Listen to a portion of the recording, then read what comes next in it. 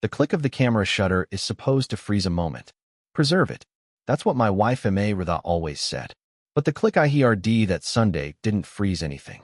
It shattered everything. Frank, could you just step aside for this one? Vanessa's voice was sweet as poison. She stood there in her cream-colored dress, her arm wrapped around my son David like he was a trophy she'd won. The photographer, some kid with a man bun and a camera worth more than my first house, had already arranged them like mannequins. David in his navy blazer, Emily in her velvet frock, little Jake with that stupid bow tie cutting into his neck. I was standing 6 feet away. I just walked over to take my spot. The same spot I'd taken in every family photo for 30 years. To the left of David, hand on his shoulder. That was how we did it. That was how families did it. Step aside. I said. The words came out flat. Controlled. I'd spent 40 years on construction sites, managing men who could bench press a refrigerator. I knew how to keep my voice steady when everything inside me was burning, just for the core family shot. Vanessa said, laughing that tinkling laugh that never reached her eyes. You know, immediate family. We'll do one with you after, I promise. Immediate family, the words hit me like a 2x4 to the chest. I looked at David, my son, the boy I'd taught to throw a baseball, the boy I'd sat up with all night when he had the flu, wiping his forehead with a COL cloth. The boy whose college tuition I'd paid for with my own 2 hands, working double shifts in the July heat. David looked at me. Then he looked at his wife. I saw the war in his eyes. The battle between the man he used to be and the man she'd turned him into. Dad, he said, his voice weak as dishwater. It's just for one shot. We'll do a big one after. I looked at my grandchildren. Emily was 9. She looked at me with those big brown eyes, the same eyes as her grandmother. Jake was 6. He was already crying, not understanding why Grandpa was being pushed to the side. Fine. I said. I stepped back. My shoulders hit the wall.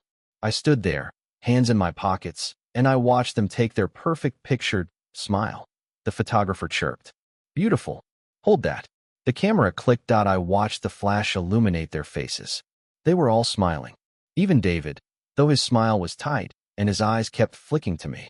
Vanessa was radiant. She'd gotten what she wanted. A picture without the old man. Without the reminder that her husband came from somewhere. That he had a history. A father. One more, the photographer said. Just a few more. Click. Click. Click. Each click was a hammer blow. Each flash was a small death. I stood there for 10 minutes. Maybe 15. I don't know. Time had stopped meaning anything. I was a ghost in my own family. A spectator at my own erasure. When it was over, Vanessa turned to me with that thin smile. See, that wasn't so bad. Now we can do the big one. Just you and the kids. Okay, we'll get a good one. No, I said. I don't think so. I walked to the door. I didn't stomp. I didn't slam. I walked like a man who knew exactly what he had to do. Frank, where are you going? Vanessa called after me. Out. I said. I didn't look back. If I looked back, I'd see David's guilty face. I'd see Emily's confused eyes. I'd see Jake still crying. And I'd see Vanessa, the architect of my exile, standing there like the queen of her own little kingdom. I got in my truck. A beat-up Ford F-150 that was as out of place in that driveway as I was in that house. I sat there for a moment, gripping the steering wheel so hard my knuckles went white. Then I drove. I didn't know where I was going. I just knew I had to get away. Away from the white picket fence. Away from the golden retriever and the perfectly manicured lawn. Away from the word immediate. I ended up on Fairfax Avenue. The old Pa-RT of town. The Pa-RT I'd helped build. Brick buildings. Storefronts with character. A B.A. repair shop with a spinning pole. And there, at the end of the block, a photography studio. Everett's portraits. The sign was faded, but the windows were clean. Inside, I could see the old cameras. The velvet drapes. The wooden chairs. It was a place out of time. A place that reminded me of Rida. I pulled over. I don't know why. Maybe I was looking for answers. Maybe I was looking for a reason to go back. To forgive. To let them take their condescending pictures with me and the kids. I went inside. A bell above the door jingled. A woman in her 60s with silver hair and kind eyes looked up from her desk. Help you, sir, she asked. I'm just looking. I said, take your time. I walked through the studio. The walls were covered with photographs. Weddings. Babies. Anniversaries. Families. All of them captured at their best, their happiest, They're most perfect. And then it hit me. A thought so Shah RP and Clea are it felt like a punch to the chest and Mayridha's insurance money. The policy she'd taken out without telling me. Just in case, she'd said. It was sitting in a savings account, untouched for 3 years. I'd never touched it because touching it meant she was really gone. But that money was hers. And she would have wanted me to use it. Where's the owner? I asked. Mr. Everett passed last year, the woman said. I'm just here to clean up. The place has been on the market for 6 months. On the market, she nodded. Nobody wants to run a photography studio anymore. Not with everyone having a camera in their pocket. He put it up for sale before he died. Most of the equipment's included. It's a shame, really. He was a good photographer. How much, she told me. The number was almost exactly what Mayridha's policy had paid out. A cosmic joke. A sign. I want to buy it. I said. She blinked at me. Sir, are you serious? I'm 71 years old, I said. I've never been more serious about anything in my life. I made calls. My lawyer. A realtor. By 5 o'clock that evening, I'd signed the papers. By 6, I was the owner of Everett's Portraits. That the first thing I did was call David. Dad. Where are you? He said. His voice was frantic. Vanessa's been worried sick. Don't, I said. Don't you to tell me that woman is worried about me. She got exactly what she wanted today. She got her perfect picture without me in it. That's not true. I bought a photography studio today, David. Silence. Then, you what? You heard me. I bought a photography studio. Your wife wanted a family picture. Now she'll get one. But on my terms. At my place. With my camera. Dad, you can't just... I can, and I did.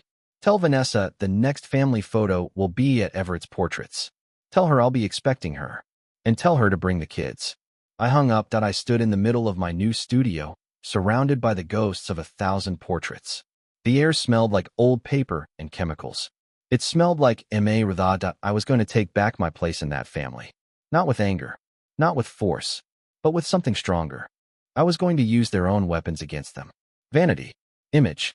Reputation. They wanted a perfect picture, fine. I'd give them one. But I'd be in it. And everyone would see it. To everyone. I thought about all the things I'd done for them. Not to keep score. That's not who I am. But standing in that studio, surrounded by other people's happy families, the memories came flooding back whether I wanted them or not. 3 years ago, I moved into that house. After Mayridha died, the silence was too much. The house on Maple Street felt like a tomb. David came to me, said, Dad, come live with us. We have the room. The kids would love to have you. I sold the house. Gave most of the money to David and Vanessa for the mortgage. They said it would help. They said it was the right thing to do. I believed them. I built a tree house for Jake in the backyard road, used my own tools. My own hands. The same hands that built high-rises downtown. I spent 3 weekends on that thing, making sure every joint was secure, every boa RD sanded smooth so no splinter would find his little fingers. Jake loved it.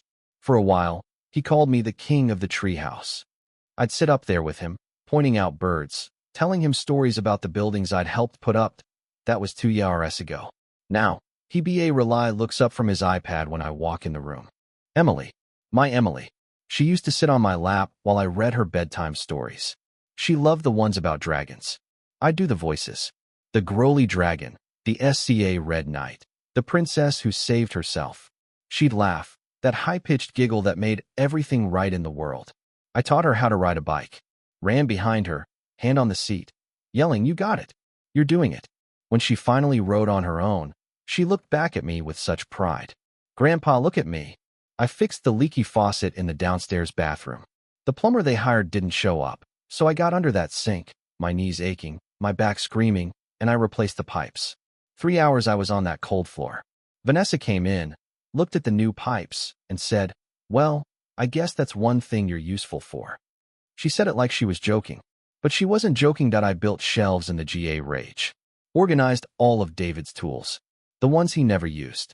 I planted a vegetable GA den in the backyard road, tomatoes, cucumbers, peppers. I watered them every morning before anyone was awake. When they grew, Vanessa said they were cute. She never ate a single one. I was there for every birthday party, every soccer game, every school play. I sat in the bleachers, the cold metal seeping through my jeans. I cheered. I clapped. I recorded everything on my old phone. sending the videos to David so he'd have them forever. I got up at 5 in the morning to make breakfast on weekends because the kids like my pancakes.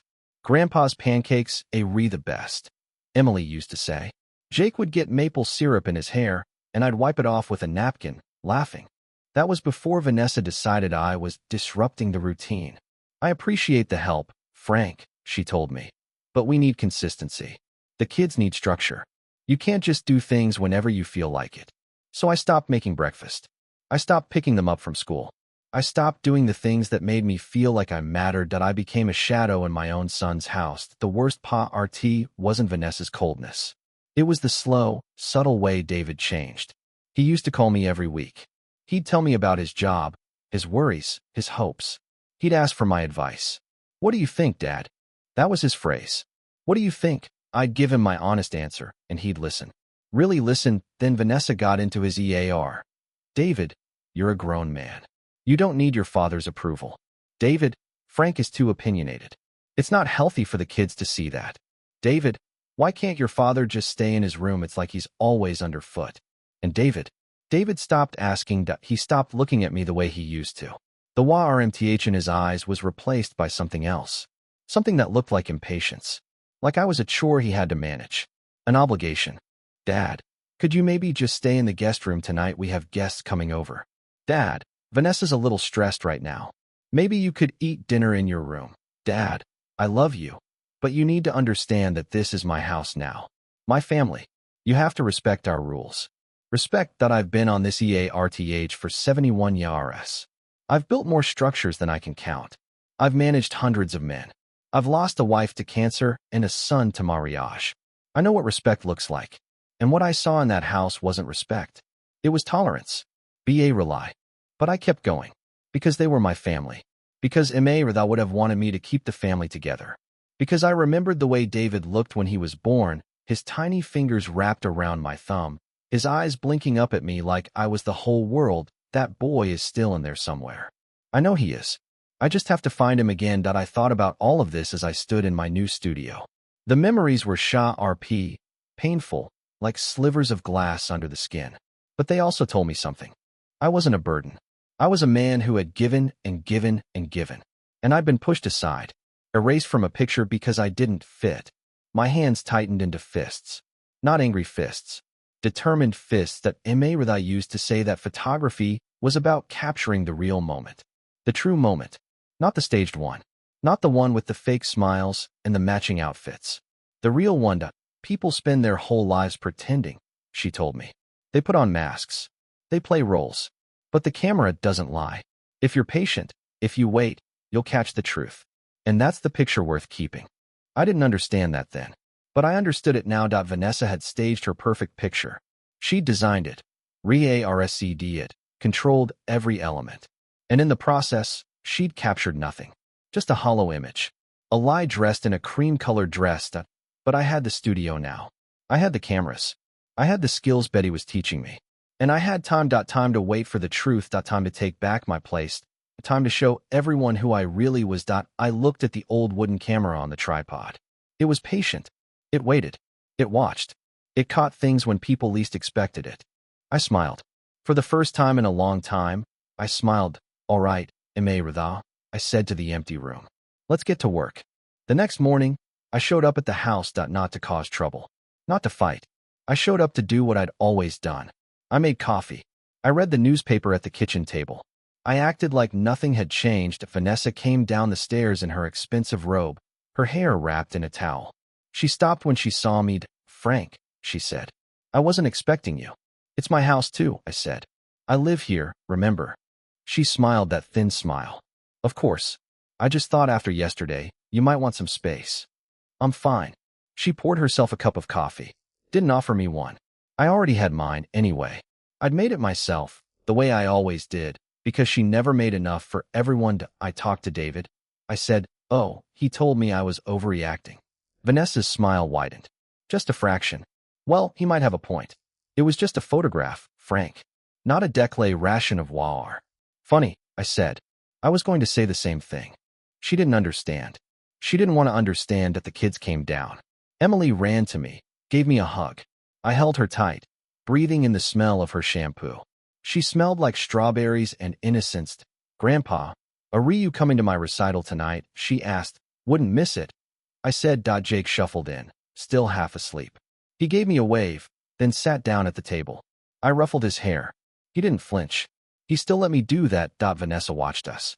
I could feel her eyes on me like a weight. "Frank," she said, "about the studio. I hope you're not doing anything foolish. That's a lot of money to spend on a hobby." "It's not a hobby," I said. "It's a business." She laughed. That tinkling, dismissive laugh. "A photography studio in this economy, who's going to go there? Everyone has phones now. You're not going to make that money back." I didn't buy it for the money. Then why? I looked at her. Really looked. Past the refully applied makeup and the expensive robe and the mask she wore for the world, because Rithal would have wanted me to. I said. Something flickered in Vanessa's eyes. Not guilt. Not empathy. Something else. Recognition, maybe. She knew she'd never be the woman Rithal was. She'd never fill those shoes. And I think that bothered her more than she ever admitted. She changed the subject. I spoke to Kyle, the photographer. "The pictures from Sunday, ready. He sent me a gallery. You should see them. They're beautiful." "I'll pass." "Suit yourself." I went to work. Every morning, I left the house at 8 and went to the studio. Betty was already there, opening the blinds, dusting the cameras, preparing for the date. "You look different," she said to me on the second morning. "How so?" "Lighter. Like something heavy came off your shoulders." I thought about that. She wasn't wrong. Being in that studio, surrounded by Rithal's world, it felt like coming home. The house in the suburbs was David and Vanessa's kingdom. This place was mine. We had a slow but steady stream of customers, mostly older couples. They liked the old cameras, the velvet drapes, the sense of permanence. They were people who remembered when photographs meant something, when you had to wait to see the result, when the anticipation was part of the experience. "You have to develop trust," Betty told me. "These people aren't just buying a picture. They're buying a memory. They're buying the guarantee that someone will remember them after they're gone." I understood that better than she knew. A week passed. 2 weeks. I kept my routine. Wake up, make coffee, go to work. Come home, have dinner with the family, sit in the living room and watch TV. I was there, but I wasn't. Not really. Vanessa noticed. She est a route to get suspicious. "You're home a lot less," she said one evening. "Is everything okay?" "Everything's fine." "You're not drinking?" I know this whole thing has been stressful." "I'm not drinking, Vanessa. I'm working at a photography studio." "Yes." She frowned. She didn't believe me. I could see it in her eyes. She thought I was hiding something. She thought I was falling apart. She was wrong. I was putting myself back together. The turning point came 3 weeks in. I'd just finished a session with a young couple, their first anniversary. They'd been laughing, holding each other, completely in love. It was beautiful to witness. I'd taken the shots, developed the prints, and handed them over. The wife cried when she saw them. "These are the best pictures we've ever taken," she said. "You really captured us." That was the moment I understood what I was doing. This wasn't a hobby. It wasn't revenge. It was a purpose. I went home that night feeling good. Feeling like I'd done something worthwhile. The feeling lasted about 10 seconds. I walked in the door and heard voices. Vanessa and David, in the kitchen. They were arguing. "You can't just let him stay here forever," Vanessa was saying. "It's been 3 years, David. 3 years. We need our own space. We need to be a family without your father hovering over everything." "He's not hovering," David said. His voice was tired, defeated. "He rely even talks to us anymore." "Exactly. He's a ghost. He's just there." It's creepy. The kids rooting to notice. They love him. They love him because they don't know any different. But they will. They're getting older. They're rooting to ask questions. Why does Grandpa live with us? Why doesn't he have his own house? What am I supposed to tell them? The truth. That he's my father. That he needed help. He doesn't need help. He's got a photography studio now, apparently. He's got his own life. He doesn't need us anymore. I stood in the hallway. My hand was on the doorknob. They hadn't heard me come in. "He's still family," David said. "Family is us, David. Me. You. The kids. That's family. Everyone else is just relatives." I let the door close. Not hard, just enough so they heard it. The voices stopped. I walked into the kitchen. Vanessa was at the counter, her back to me. David was sitting at the table. His face paled. How long were you standing there? He asked. Long enough, I said. Vanessa turned around. She didn't look embarrassed. She looked annoyed, like I'd interrupted something private, something that wasn't any of my business. Frank, I didn't mean. Yes, you did, I said. And that's fine. I'm not going to argue with you about it. I walked to the fridge, pulled out a beer. I hadn't touched alcohol in months, but I needed something cold in my hand. I'm not going to stay here forever, I said. You both know that. I was always going to move on eventually. This was never supposed to be permanent. Dad, let me finish, David. I took a long sip. You both made it very clear, or how you feel. And I've spent 3 years trying to fit into a house where I don't belong. So here's what's going to happen. I set the beer down. I looked at Vanessa, then at David. I'm moving out. David's face went white. Dad, no. She didn't mean. She meant every word. And honestly, I don't blame her. This is her home. Her family. I was just a guest. A guest who overstayed his welcome. We don't want you to leave, David said. Maybe not. But I need to. For my own sake. I've been living in your shadow for 3 years. I've been trying to in a place in a family that was never really mine to begin with. I looked at Vanessa. I saw the relief in her eyes. She couldn't hide it. I'm going to stay at the studio, I said. There's a small apartment in the back. It's not much, but it's mine. I'll come by to see the kids. You can come by to see me if you want. But I'm not going to be under this roof anymore. Frank, this is ridiculous, Vanessa said. You're overreacting. She didn't answer. I was in that picture, Vanessa. Every family photo for 30 years, I was in it. But that day, you looked at me and you saw something that didn't fit. And you know what I saw? I saw a woman who was so afraid of losing control that she'd rather erase her own husband's father than let him stand beside her. David flinched. Vanessa's face went red. That's not. She root. It is. And that's okay. I'm not angry about it. Not anymore. I'm just done. I'm done trying to be someone I'm not. I'm done pretending that this house feels like home. I finished my beer. Set the bottle in the sink. I walked over to David and put my hand on his shoulder. I love you, son. I always will. But I can't live like this anymore. I walked out of the kitchen. I went upstairs to the guest room. I packed my things. 2 suitcases. That was it. 30 years of marriage, 3 years of living with my son, and all I had was 2 suitcases. It took me 20 minutes to pack. I walked down the stairs. David was waiting at the bottom. His eyes were wet. You don't have to do this, Dad, he said. Maybe not. But I need to. We stood there for a long moment. Then I pulled him into a hug. He was taller than me now. He wasn't the little boy who used to fall asleep on my chest. But he was still my son. Nothing could change that. Take care of yourself, I said. You too, Dad. I walked out the door. I loaded the suitcases into my truck. I got in the driver's seat and sat there for a moment, looking at the house. The white picket fence. The perfect lawn. The American dream, pre-packaged and shrink-wrapped. And I realized something. I wasn't losing a family. I was gaining a life. I root the engine. I drove to the studio, and I didn't look back. Betty was waiting for me when I arrived.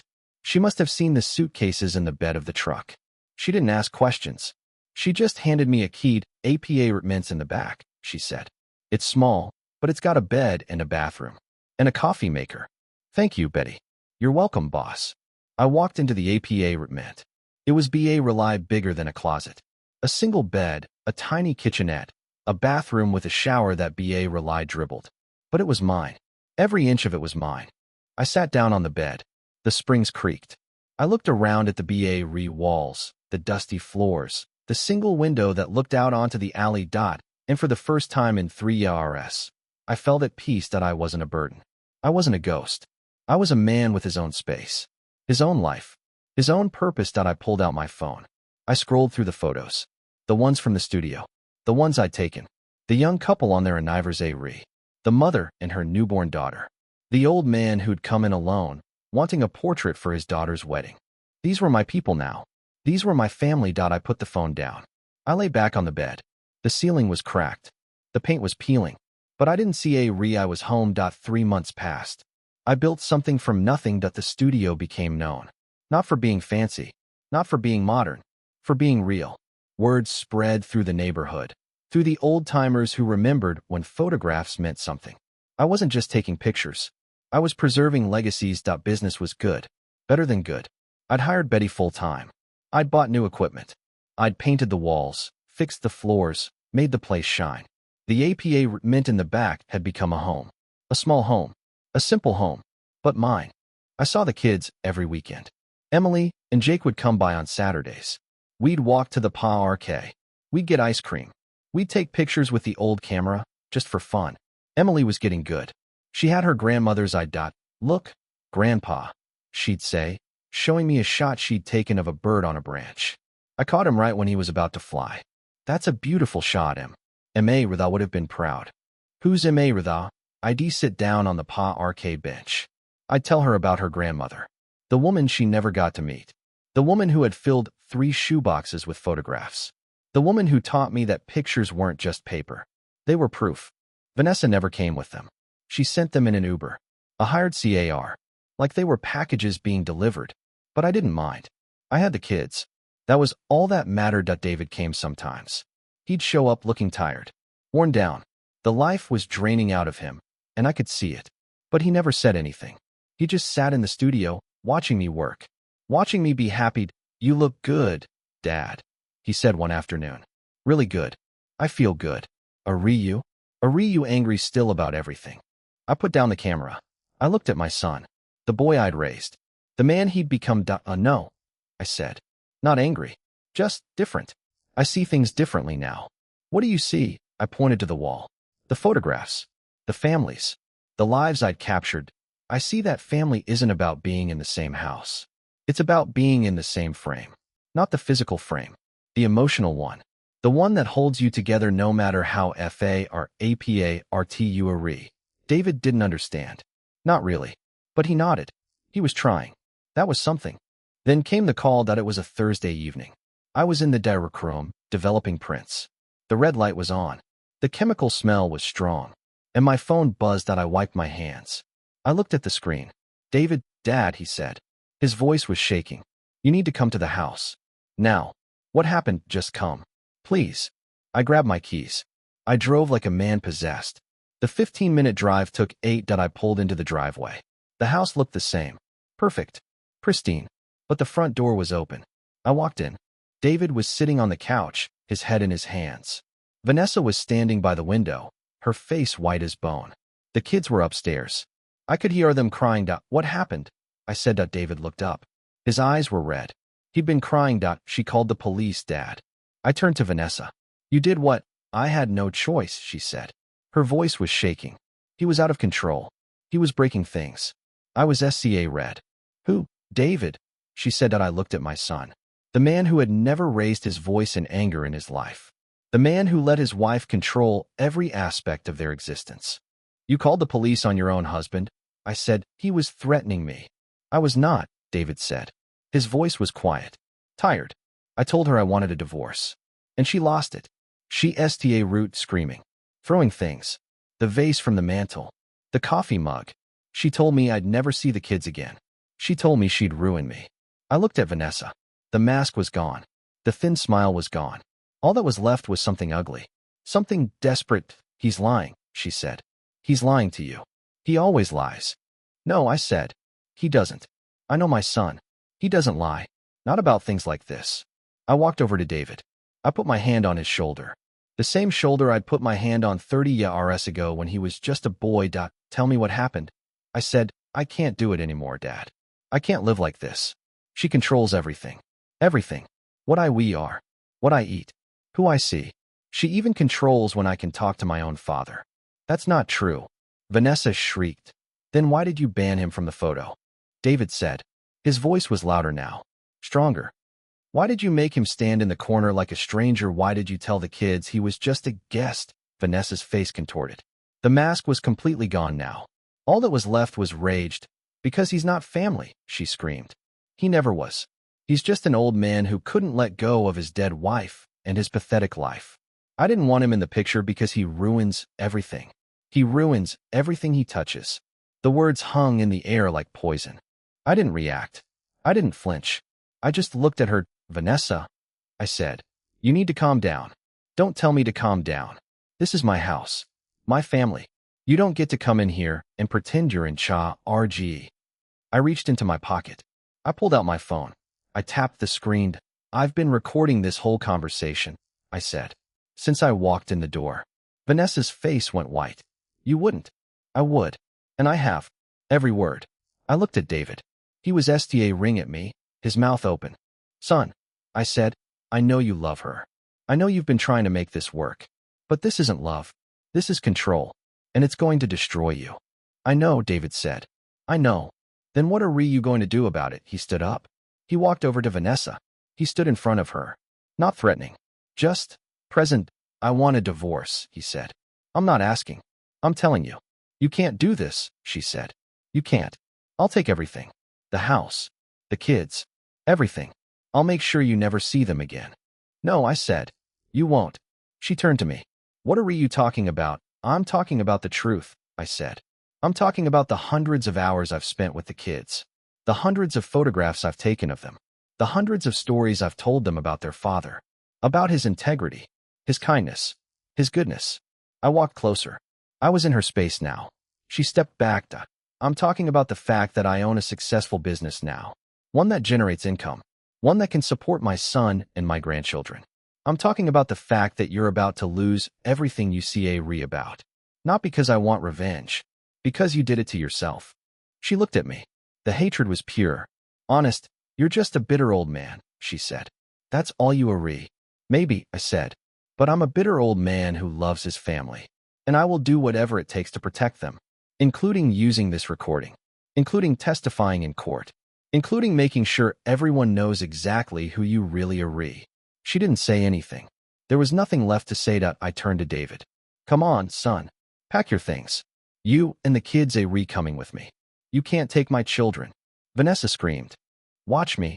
I said that I went upstairs. Emily was in her room, clutching a stuffed rabbit. Jake was in his room, crying on his bed. Grandpa. Emily said. What's happening? I'm taking you to stay with me for a while, I said. Just for a little bit. Until things calm down. Is Mommy coming? No, honey. Not right now. She didn't cry. She didn't argue. She just nodded and root packing her backpack. Jake was rider. He didn't understand. He just wanted his mother. But I held him. I held him tight. And eventually, he stopped crying. David packed his things. One suitcase. That's all he had. The rest of his life was in that room. And he was leaving it all behind. We walked out the door. Vanessa was standing in the living room, watching us. You'll regret this, she said. Both of you. Maybe, I said. But I doubt it. We got in my truck. David in the passenger seat. Emily and Jake in the back. We drove away from the house with the white picket fence and the perfect lawn. I looked in the REA review mirror. The house was getting smaller, fading into the distance. You're going to be okay, I said to them. All of you. I promise. David was silent for a long time. Then he spoke. How did you know? Dad, how did you know this was coming? I thought for a moment. Because I've been watching, I said. Not with my eyes. With my heart.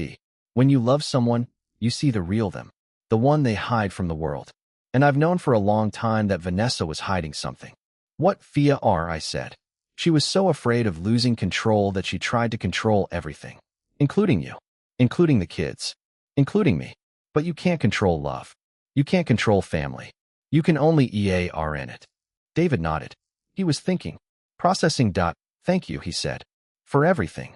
Don't thank me yet, I said. We've got a long road ahead. But we'll walk it together. We pulled up to the studio. The lights were on.